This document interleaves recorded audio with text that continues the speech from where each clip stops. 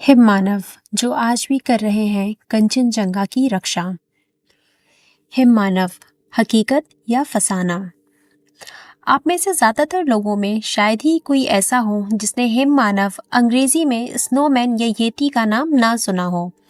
कहानियों और दावों में इसकी आकृति रामायण और महाभारत काल के किरदार कुंभकर्ण और घटोत्कच से मिलती जुलती बताई जाती है, क्योंकि यह साधारण आदमी के कद से आकार में कई गुना बड़े बताए जाते हैं। आखिर कौन है हिम मानव?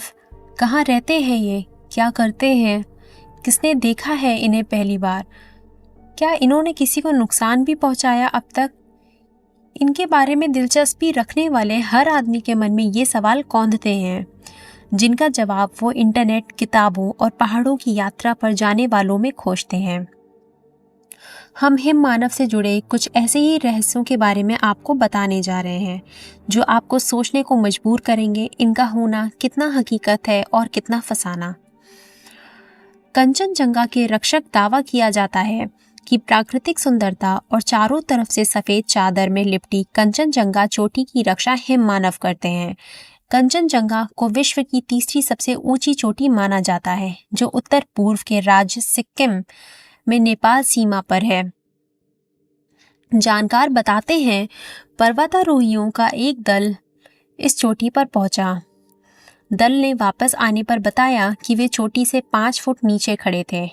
इतना सुनते ही सिक्किम के राजा भड़क गए। वो गुस्से में बोले, जिस आदमी की बात तुम कर रहे हो उसका कद ही 6 फुट है। अगर वो चोटी से 5 फुट नीचे खड़ा था तो भी उसका सिर मेरे देवता से 1 फुट ऊपर होगा। सिक्किम के लोगों के मुताबिक इस घटना के बाद वहां मौसम ने अपना कहर बरपाया। भारी बारिश ने आसपास के इलाकों को तबाह कर दिया। जिसने भी चोटी के करीब जाने की कोशिश की उसका हश्र अच्छा नहीं हुआ। यहाँ स्थानीय लोगों में लंबे समय से मान्यता है कि इस पहाड़ की सुरक्षा येती माने हिमदेव कर रहे हैं। जब ये पहाड़ खुश होता है तब फसलें अच्छी होती हैं, नदियों में मछलियां बढ़ जाती हैं, पर जब नाराज होता है तब आती है भारी तबाही। पर्वतारोही ने कहा, वन मानुष सन 1832 में पुरातत्वविद जेम्स प्रिंसेप के द्वारा प्रकाशित पत्रिका journal of Asiatic society of Bengal में एक पर्वतारोही का अनुभव प्रकाशित किया गया। पर्वतारोही का नाम BH हॉडसन था। वे उत्तरी नेपाल में हिमालय ट्रैकिंग कर रहे थे। उन्होंने और उनके स्थानीय गाइडों ने ट्रैकिंग के दौरान कद में 9 से 10 फीट लंबे और भूरे बाल वाले विशेष प्राणी को देखने का दावा किया था। हॉडसन ने उसे वनमानुष नाम दिया था। भारतीय सेना को मिले पैरों के निशान।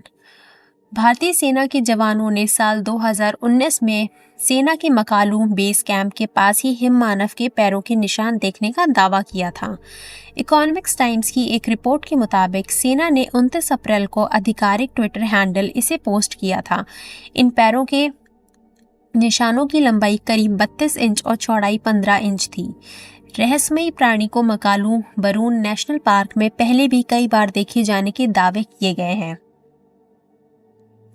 खोजकर्ताओं के लिए कौतूहल का विषय इसी प्रकार ब्रिटिश फोटोग्राफर एरिफ सेप्टेन ने 1991 में हिमालय के नेपाल क्षेत्र में येती को देखने का दावा किया था। उन्होंने येती के पैरों के निशानों की तस्वीर ली, जो उस समय ब्रिटेन के प्रमुख समाचार पत्रों में प्रकाशित हुई, जिसके बाद रहस्यवाद के खोजकर्ताओं के बीच में येती चर्चा का विषय बन गया।